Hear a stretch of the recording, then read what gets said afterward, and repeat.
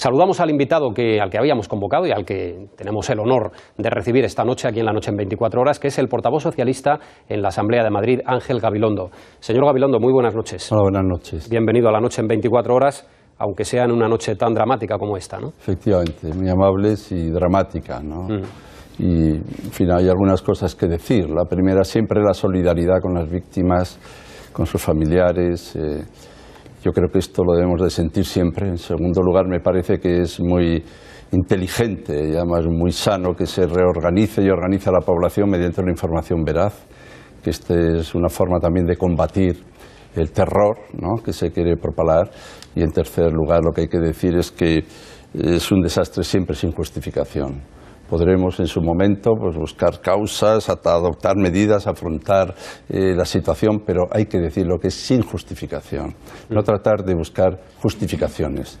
Otra cosa es que hagamos lecturas sensatas, sabias, pero yo creo que estas cosas son un poco así. Es un desastre sin paliativos, solidaridad absoluta, información veraz, y desde luego no buscar justificaciones, aunque luego tengamos que hacer una lectura en su momento reposada y seria de cuáles son las causas o cuáles pueden ser las consecuencias de la situación.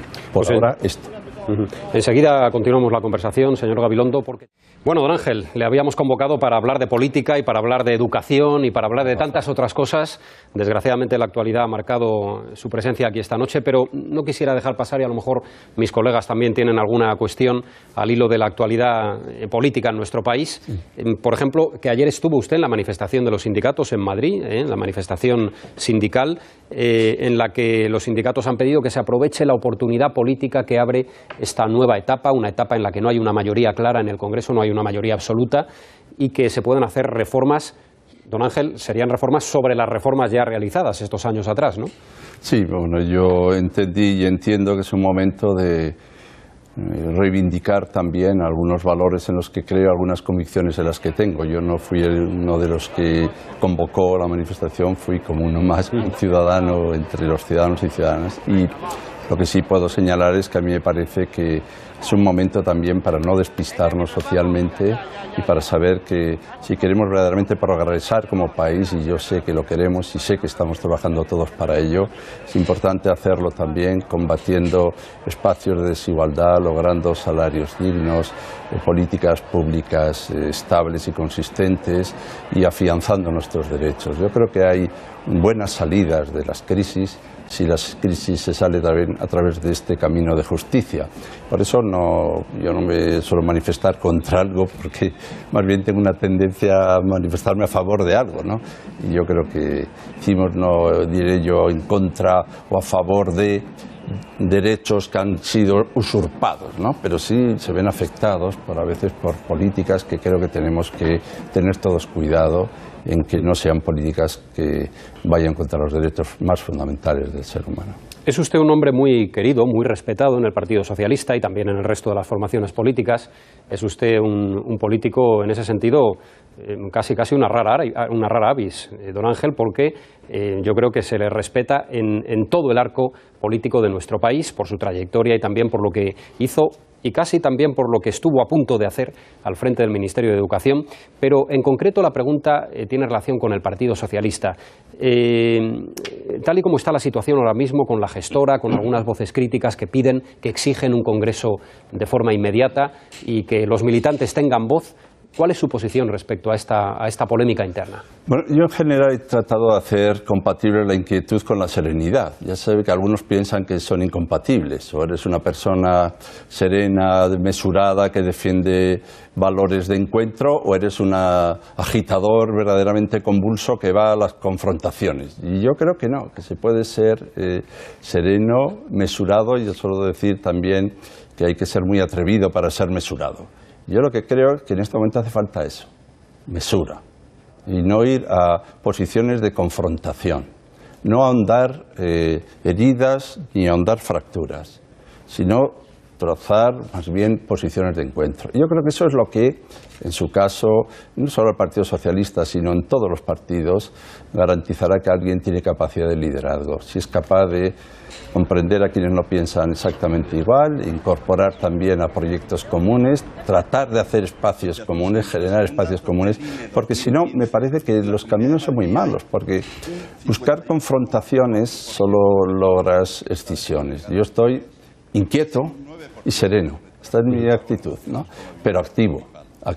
No soy militante del Partido Socialista, pero yo siempre he dicho que no soy indiferente y desde ese punto de vista hago todo lo que puedo, siempre que me ha tocado estar en algún lugar, por construir también vías de enlace y de conexión. No sé qué candidatos habrá ahí, pero ni estoy para dar consejos a nadie, pero si tuviera algo que decir es que cualquiera que se precie y tenga voluntad de ser candidato para algo tendrá que mostrar, entre otras cosas, su capacidad también de aglutinar, sumar y de generar un espacio común. Una pregunta más solo por mi parte. Antes le decía que es usted muy respetado por lo que no pudo hacer al frente del Ministerio de Educación, que es aquel pacto de Estado que estaba ya prácticamente ultimado. Si me permite, yo creo que le faltó un poquito de tiempo para conseguirlo. Pero, ¿qué le parece el intento que hay ahora sobre la mesa de llegar a un gran pacto nacional por la educación, con 3 fuerzas políticas que ya se han puesto en la misma línea, en la misma sintonía, y que crean una subcomisión para empezar a trabajar en la búsqueda, lo que usted decía, de elementos comunes que puedan confluir en una nueva ley de educación? Yo creo absolutamente en la necesidad de un pacto social y político por la educación. Me parece que es una cuestión de Estado y me parece que es nuestra obligación siempre buscar ese pacto. No es que lo creí en un momento porque era una coyuntura política, es que creo que sin estabilidad legislativa, financiera, de objetivos, sin estabilidad territorial, pues la educación tendrá mala salida. Y tenemos que incorporar a todos, ¿no?, a la comunidad educativa, a los agentes sociales, a quienes tienen centros educativos, a las familias, ¿no?, a toda la sociedad en ese gran proyecto. Lo tenemos que hacer seriamente y de verdad.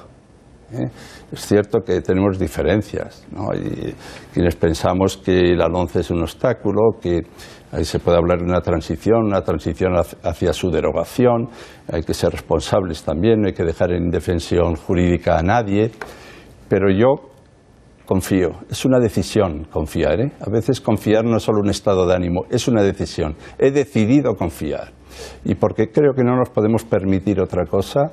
Y no nos podemos permitir pesimismo al respecto, sino que todos donde estemos tenemos la obligación de trabajar por ese acuerdo social y político. No será fácil, pero tenemos la obligación de luchar por él.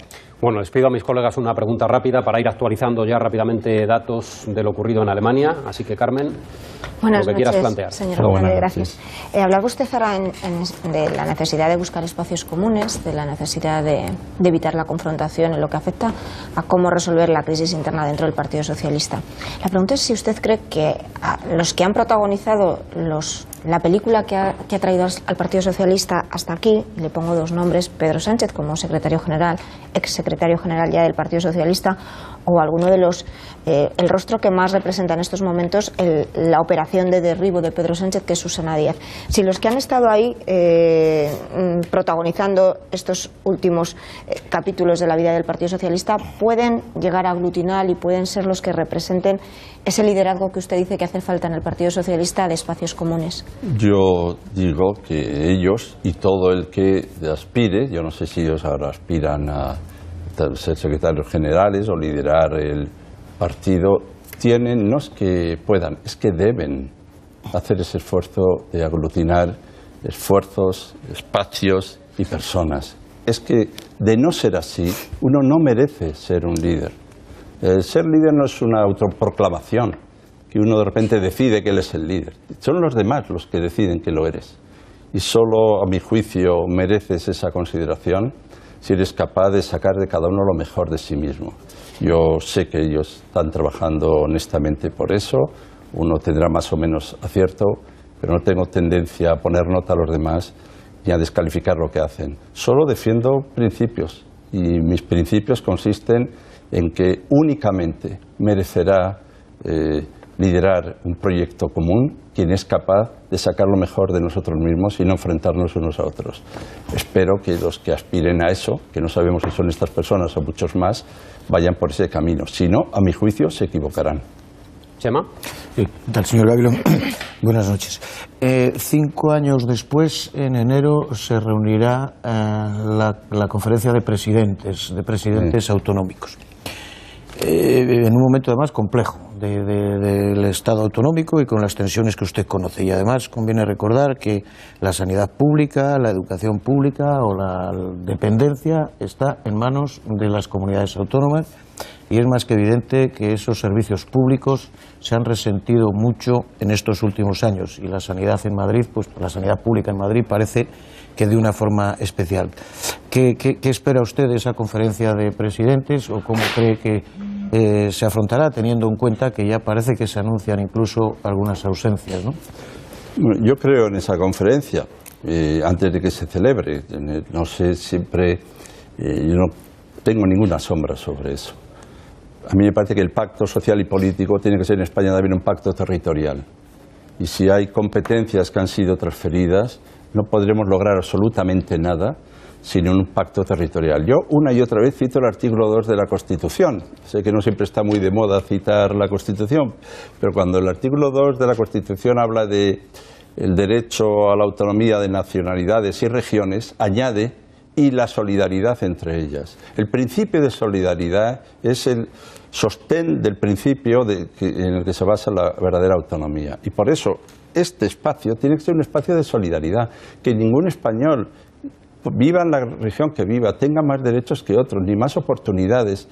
Puede cada uno tener sus singularidades, sus diferencias, sus modos de ser y de vivir, pero los derechos no. Y por eso yo creo que esto lo tenemos que garantizar. Y lo tenemos que garantizar, estos son personas que han sido elegidas, son presidentes y presidentas, tienen competencia para saber que tienen la obligación de hacer compatible el interés de su propia comunidad con un interés que es el interés común de todos los españoles. Yo confío en eso. No creo en ningún pacto social y político que no sea a la vez un pacto territorial. A veces se nos olvida. En educación.